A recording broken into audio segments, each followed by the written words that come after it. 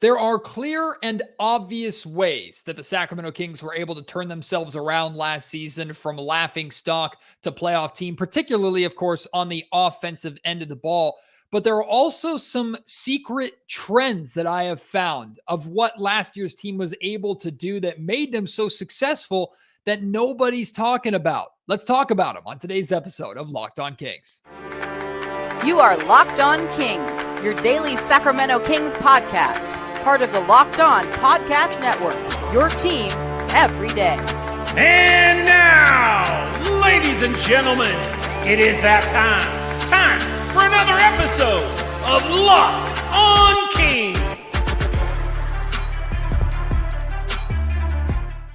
Hello and welcome into Locked On Kings, your podcast hub for Sacramento Kings coverage all offseason long. My name is Matt George. I have the privilege of being your host here. I'm a Sacramento sports anchor and reporter for ABC 10 News.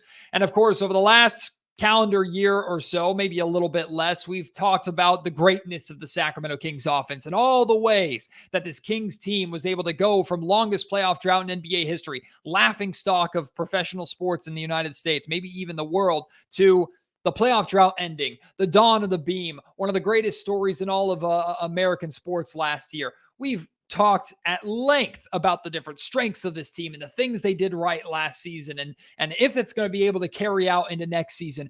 But I had like an inkling one night. I was thinking, like, I know there are some things that this Kings team did really, really well last season that not enough people talk about. Things that the analytics department is aware of.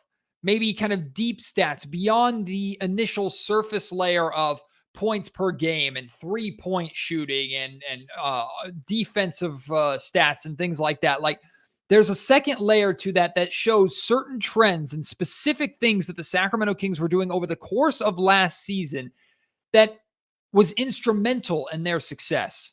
And I knew, okay, there's got to be something that I can find. Maybe it's one thing, maybe it's two things, but something that might be worth doing a segment of a Locked On Kings podcast over.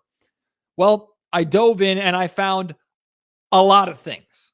Some stuff not necessarily obvious, but adding further context to some of the strengths of this team that we know very well. Some stuff that was completely out of left field that I was not aware of, that I thought, wow, this is essential to how this team played last season. This is essential to what they became and where they found success. And I even found some trends of obvious ways that the Sacramento Kings can still improve, not just the surface level defensive numbers that we know, but like obvious trends that showed areas that the Kings should be able to fix that could drastically help them get to that 50 plus wins or become more of a future championship contender like they want to be. So let me dive into some of these numbers that I found and specifically Kings team rankings amongst the entire league. Here are some not necessarily obvious ones. I wouldn't call these the secrets to success, but some numbers that support what we already know about this Kings team.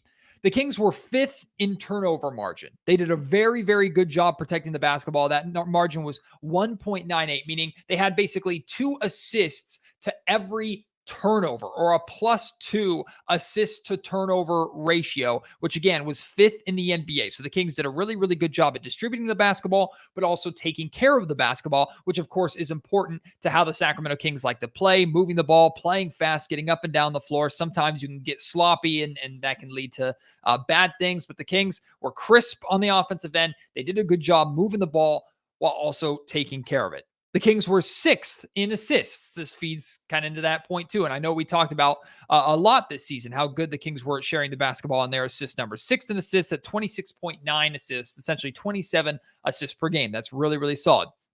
The Kings were 7th in fast break points. Well, when you have a guy like De'Aaron Fox, who is considered to be the fastest player in the league with the basketball, yeah, you should be a top fast break team. And they averaged 14.8 fast break points per game. Again, these are things that we already know about this Kings team. Some rankings that don't surprise anybody. The Kings were also, of course, 1st in points per game, averaging 120.2 points per game. Again, stuff that we already know. These aren't the secrets that I'm talking about. Let's dive into some specific things that the Kings did well, including some stuff on the defensive end, did you know that the Sacramento Kings had the best transition defense in the league last season? They were best in the league at limiting opposing fast break points. They averaged only or gave up only 11.4 fast break points per game. I didn't know that.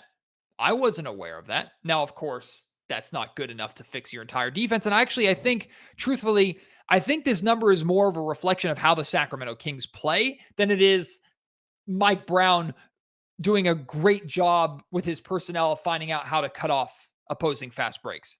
Like, a lot of this stat to me has to do with the fact that the Kings play at such a high tempo. The Kings play at such a pace that opposing teams, when they get the basketball, when they're in control, they want to slow things down a little bit and catch their breath.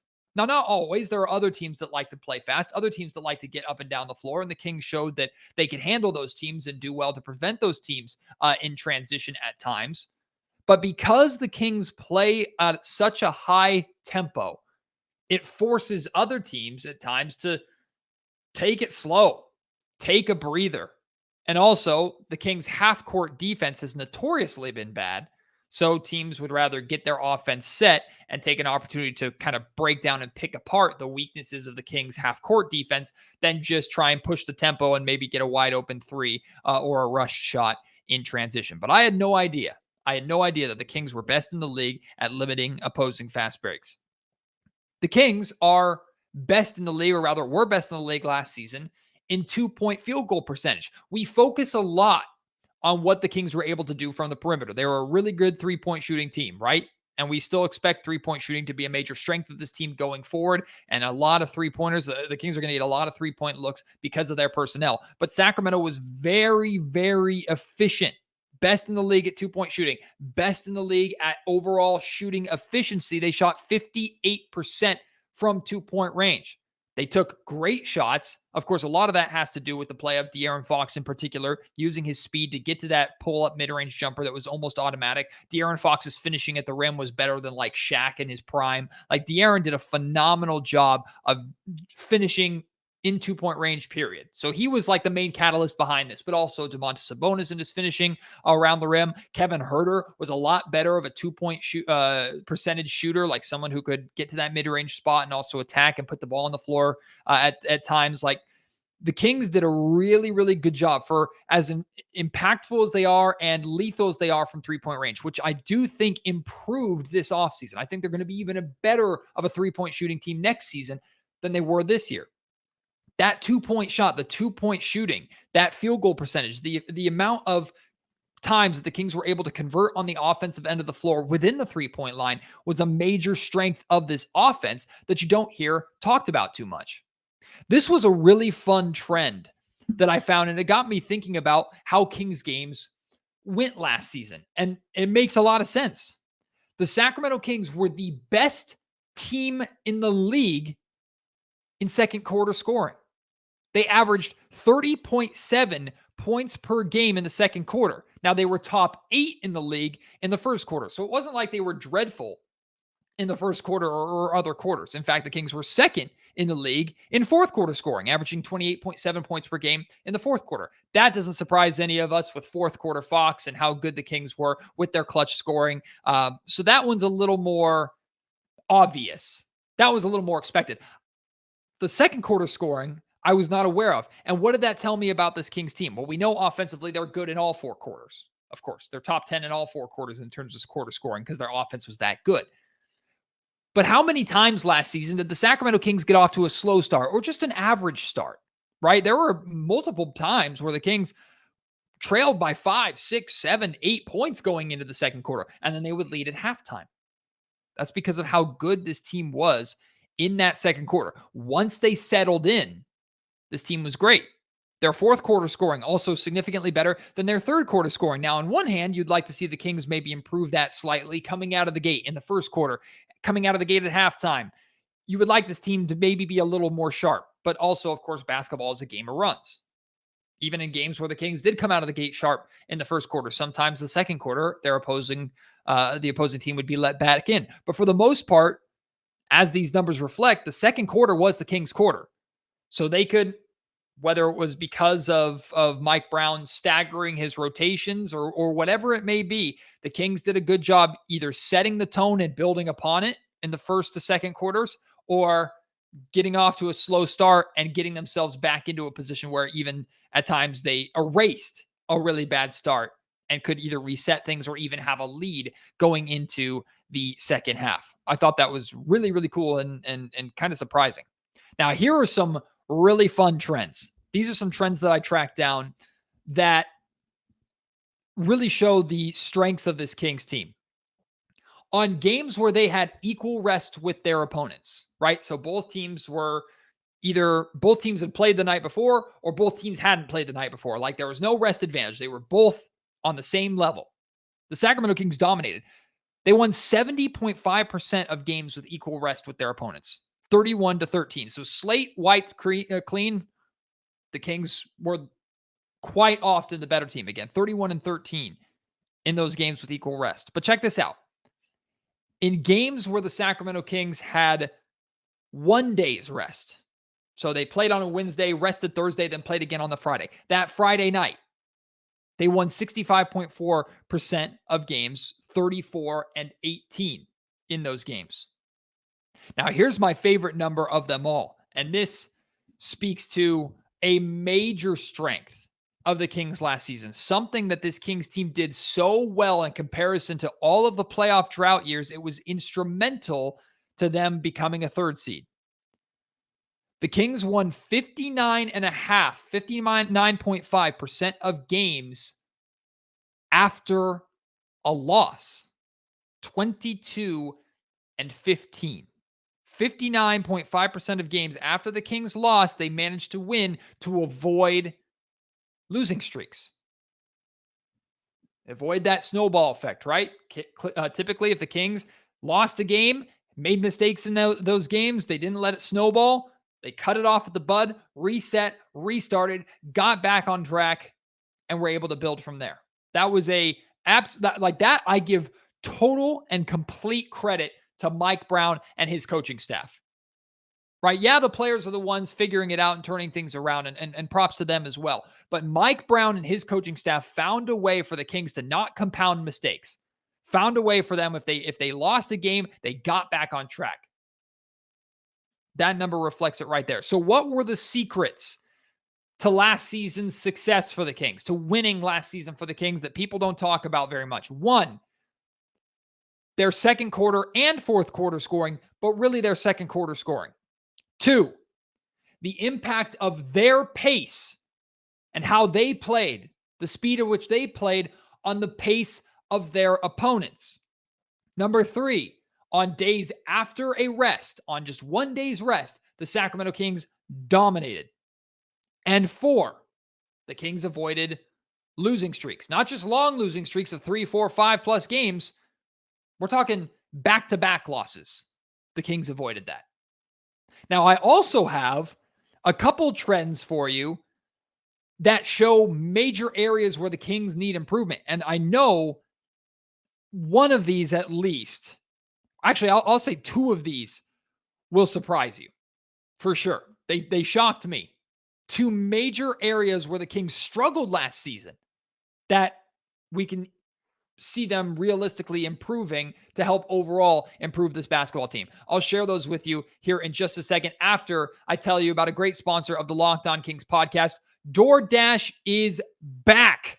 If you love the convenience of getting what you want delivered right to your door, try DoorDash grocery delivery. You can stock up for the week or order last-minute cravings whenever you want and conveniently delivered to you. You've trusted DoorDash to deliver like your restaurant favorites, right? And now you can get grocery delivery that actually comes right to your door. With thousands of grocery stores to choose from, you'll find the best in your neighborhood and boost your local economy with each and every order. Look, life gets in the way sometimes, especially like parents out there, right? Grocery shopping can sometimes feel like an escape to get out of your house, right? Leave the kids with dad, mom, you get out and you go grocery shop and spend some time on your own a little bit. But also, hey, maybe dad's gone or mom's gone. They're out working or they're doing something on the weekends and you're handling your kids at home and maybe they're sick or whatever it may be. You just can't get out of the house and you need to get grocery shopping done because today's the day to do it. Well, let DoorDash help solve that problem for you. And if you want even more value, you can save on all your grocery and restaurant favorites with a $0 delivery fee on all eligible orders with a Dash Pass membership. Get 50% off of your first DoorDash order up to $20. It's up to a $20 value when you use code LOCKEDONNBA at checkout. Limited time offer. Terms do apply. That's 50% off up to $20, no minimum subtotal, and zero delivery fees on your first order when you download the DoorDash app in the App Store and enter code LOCKEDONNBA. Don't forget, that's code LOCKEDONNBA for 50% off of your first order with DoorDash. So here are 3 trends that I found, very similar to some of the trends that I just listed out for you for like the secrets to Sacramento's success. These are 3 trends that I found, 2 of which shocked me about this team, but also excited me because look, like we look at the season that the Sacramento Kings had last year and we think, great year, 48 wins, 3rd seed, right? It's all about how you build upon that. What's next for this Kings team? And then you look at what Monty McNair and the Kings did this offseason. They ultimately committed to the same core. They added guys like Sasha Vezenkov and Chris Duarte and Colby Jones and pieces that, in theory, should be able to help this Kings team improve. But for the most part, improvement is going to come internally. What from last season should we expect the Sacramento Kings to correct? How can they get better from last season to this season? The obvious answer is on the defensive end. And you've heard myself and other Kings talking heads and NBA talking heads talk about that without relenting for months now of this offseason. You're tired of it at this point. We know that's an obvious fix for the Sacramento Kings, but that doesn't always mean they're going to fix it. It's a big ask. Well, some of these are clear ways that the Kings can improve, clear ways that they were bad last season in a good year, that if they become average or above average, they're a 50-plus win team. Check this out. The Sacramento Kings won just 34.8% of games with the rest advantage on games where the Sacramento Kings were fresh coming in. They didn't play the night before, taking on, let's say, the Utah Jazz, who did play the night before. More often than not, the Kings were the ones that lost that game. And I remember multiple times over the course of last season being frustrated doing post-game Locked On Kings podcasts after a loss like that, going, why does this team look so bad and look like the tired team against the team that actually played before? The Kings were 8-15. 8-15 in the 23 games last season where they had the rest advantage. That is a clear area that they can improve. But that's not the worst one. The Kings won just 36.8% of games where they had 2 to 3 days off of rest. They went 7-18 in those games with 2 to 3 days of rest. Actually, that might be 7-12. My chicken scratch is terrible. Let me confirm that. 7-12, not 7-18, 7-12. I was going to say 7-18 sounds like too many games. In the 19 games that the Kings played with 2 to 3 days of rest in between, they only won 7 of those 19 games, 36.8%. Now I'm trying to think, and I was thinking about this, and I saw this number. I'm thinking, like, why is that? Maybe on one hand, with the type of team the Kings were, like with how much, like last year's team was a streaky team in the sense, like when they got hot, they got hot. And you could tell, like, as soon as they left the floor after a win, they almost wanted to hop right back on the floor for the next game because they wanted to build off that momentum, right? Last year's Kings team was a momentum-driven team. When they got on the roll, they were rolling. So when they had 2 or 3 days of a break where they weren't playing, maybe kind of that cooled them down and slowed them down a little bit. We could also talk about the fact that Mike Brown liked to use as many off days as he possibly could for practice days, not just shoot around like you see most other coaches do. I'm not going to blame Mike Brown at all for this. I'm not going to say that Mike Brown was tiring his guys out during their rest days to where they were tired on game nights after 2 to 3 days rest. Look, winning just 36.8% of games when you're that rested, it's inexcusable. I don't care who you are. Like, you have to win those games. So that's a clear area that the Kings can improve on days where they have the rest advantage and days or in games after 2 to 3 days off. And finally, this one's not so obvious. This one's not so shocking, but it's another clear area where the Kings can improve. And we've talked about this to some extent. The Kings won just 38.5% of games. They went 5-8 in games where they were the underdog at home. Well, of course, Matt, if they're underdogs, they're not expected to win. So yeah, they would probably have a losing record. But the key part to that is at home.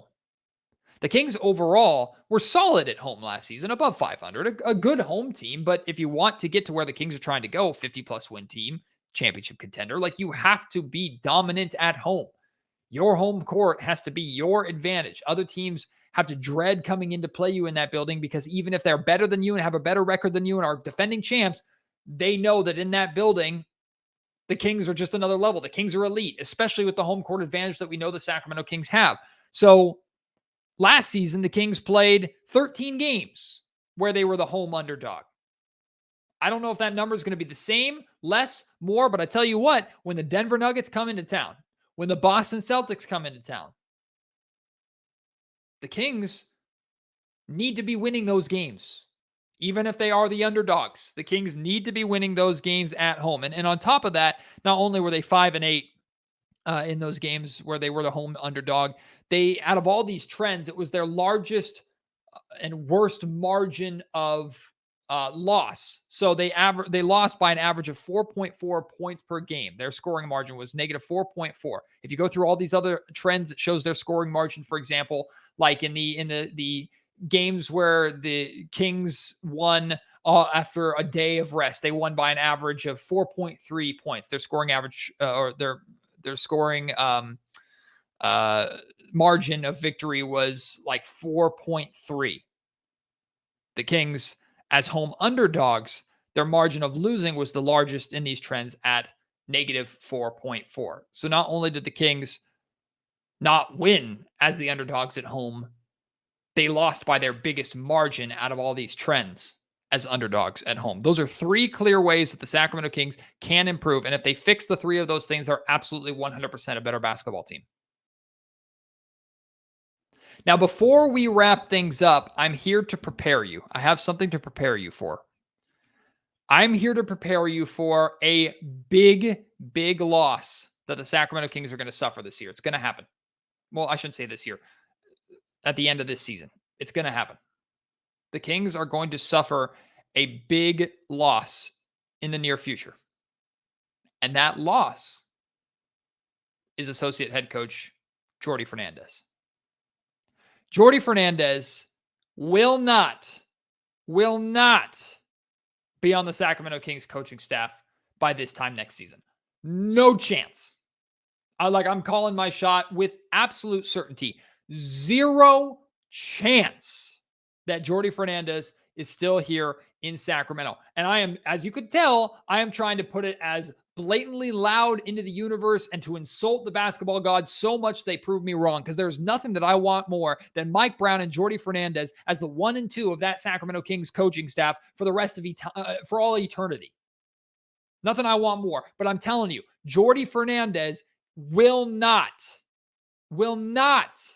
be a Sacramento Kings assistant coach by this time next season. Why? Because some team is finally going to make the move that should have been made this last offseason or this current offseason, which is give Jordi Fernandez the keys to their organization, to their team. Jordi Fernandez will be a head coach in the NBA next season, and it won't be for the Sacramento Kings. I guarantee you that. Look what he did with Team Canada, right? Took over for Nick Nurse and led Team Canada to a bronze medal in the FIBA World Cup this summer. What team did they defeat in that bronze medal game? Team USA. He led Shai Gilgeous-Alexander, Dylan Brooks, and the rest of that squad. Did a phenomenal job. I don't know how the Toronto Raptors or the Philadelphia 76ers, well, they got Nick Nurse, so they're pretty solid. But all these teams that made coaching changes this offseason, many of which, including the Phoenix Suns, right, had Jordi Fernandez as a finalist, and they made other decisions. Maybe those decisions work out for them. I have no idea, but I think they made a mistake. And I'm very glad they made a mistake. I tweeted out earlier this offseason, thank you to all those teams for making the wrong decision and allowing Jordi Fernandez to remain here in Sacramento, because he is brilliant. He is phenomenal. I'm so glad that he is still here. And I know that at this point, it's probably borrowed time. It's only a matter of time before Jordi Fernandez moves on. And as much as Mike Brown wants to keep Jordi and his coaching staff together for as long as possible, I know that he's excited that he's preparing these guys, because Jordi's not going to be the only one. Like Luke Lautz, I could see getting a head coaching gig in the near future. Lindsey Harding is already leaving the main roster to now be the head coach of the Stockton Kings. You have Jay Triano, who of course has his NBA history. Doug Christie, I think, is destined to be a head coach one day. Like, this coaching staff is loaded with guys that Mike Brown is preparing for that next step. And ultimately, if the Kings are doing well, if the Kings are succeeding, they're going to be in a position where other franchises are trying to pluck their talent of the front office, coaching staff, whatever, from this organization and add it to theirs. Like how many times the Kings have done it to the Golden State Warriors during their coaching searches over the years. So it's a good thing. I mean, it's bad for the Kings, and it's bad for us who love Jordi Fernandez and don't want to see him leave. But ultimately, it's going to be a good thing for Jordi. I'm telling you, this is going to be the last season that Jordi Fernandez is here in Sacramento. So enjoy it while it lasts, and I hope the Kings make the most of it. But what teams or what team will Jordi Fernandez end up at? I have three teams that I think are the favorites, in my opinion, to land Jordi Fernandez or for Jordi to end up becoming their head coach. Number one, this is my favorite, absolute favorite, the Cleveland Cavaliers. No disrespect to JB Bickerstaff. Maybe he turns things around in Cleveland, but that team underachieved last year. If they underachieve again this year, and they might simply because of the top of the East being so dang good, maybe they move in a different direction. I think Jordi Fernandez, you could bring him in there, have him take over Donovan Mitchell and the rest of that group. And I think Jordi Fernandez would massively succeed with the Cleveland Cavaliers. That's my favorite team for him. That's my favorite landing destination for Jordi Fernandez. The other two teams are Western Conference teams. In fact, if it's not the Cleveland Cavaliers, I think Jordi is staying out west, which would sting a little bit more for the Sacramento Kings to have to play Jordi a little more than they would like to if he was in the Eastern Conference. But the two other teams, the Memphis Grizzlies, who, of course, were a mess last season, mostly with off-the-court issues and things they dealt with. And I don't know how much I blame Taylor Jenkins for that, but of course he's going to be without Ja Morant for a good portion of this season, with Ja Morant's stupidity, basically, and the suspension that he's serving. I don't know how good the Grizzlies are going to be, how they're going to be able to overcome it, but expectations are high in Memphis. So maybe it doesn't work out. They look for a new head coach. Maybe Jordi is that guy. I also think, I haven't heard too many people talk about this in terms of a coaching vacancy, but I don't think Jason Kidd's doing a great job at all with the Dallas Mavericks. And I think Dallas is going to need, if things don't work out, and I'm expecting things to not really work. Sorry, I just don't. I think there's a good chance that instead of pointing the finger at Luka or pointing the finger at Kyrie, that Dallas will go, okay, it's our coach that's not working. Jason Kidd, you're out of here. Jordi Fernandez, come on in, work with Luka, potentially work with Kyrie if he sticks around, whatever it may be. Those are the three landing destinations, Cleveland, Memphis, and Dallas, that I think are like the top three of where he might land. But I have a couple of honorable mentions, the Portland Trailblazers and the New Orleans Pelicans, and maybe the Minnesota Timberwolves. Those are three other teams that I could see having vacancies, and Jordi going over. Like, I think Jordi's going to have his pick. I think Jordi's going to get multiple offers this upcoming offseason. I think Jordi's going to have his pick of where he ends up. I hope he picks the East, but I also hope he goes to the best situation for him. But I am fully 100% expecting Jordi Fernandez to be spending his last season with the Sacramento Kings this year. But I'm going to enjoy it while it lasts. And of course, I enjoy having you here with me on the Locked On Kings podcast. Thank you so much for tuning into another episode. I have more great guests coming. Tomorrow's episode of Locked On Kings, I've scheduled to have Jason Ross from Sacktown Sports 1140 join me. Jason Ross, of course, on the Kings radio broadcast team, is also the voice of Sac State Hornets football, and they're doing incredible right now. Stingers up. Jason and I are going to play a little game of Sacramento Kings fill in the blank. Like, we're gonna talk about a bunch of different Kings topics where Jason and I are going to try and fill in the blank with what we think is going to happen for this season, like which opponents that we're most concerned about from the Kings perspective, which opponents we think the Sacramento Kings would dominate, individual performances, stuff about De'Aaron, stuff about Keegan, Sasha Vezenkov. It's going to be a wide variety of fill in the blank Kings topics with Jason Ross tomorrow. So I hope you will join me for that. Until then, my name is Matt George. You've been listening to the Locked On Kings podcast, part of the Locked On Podcast Network.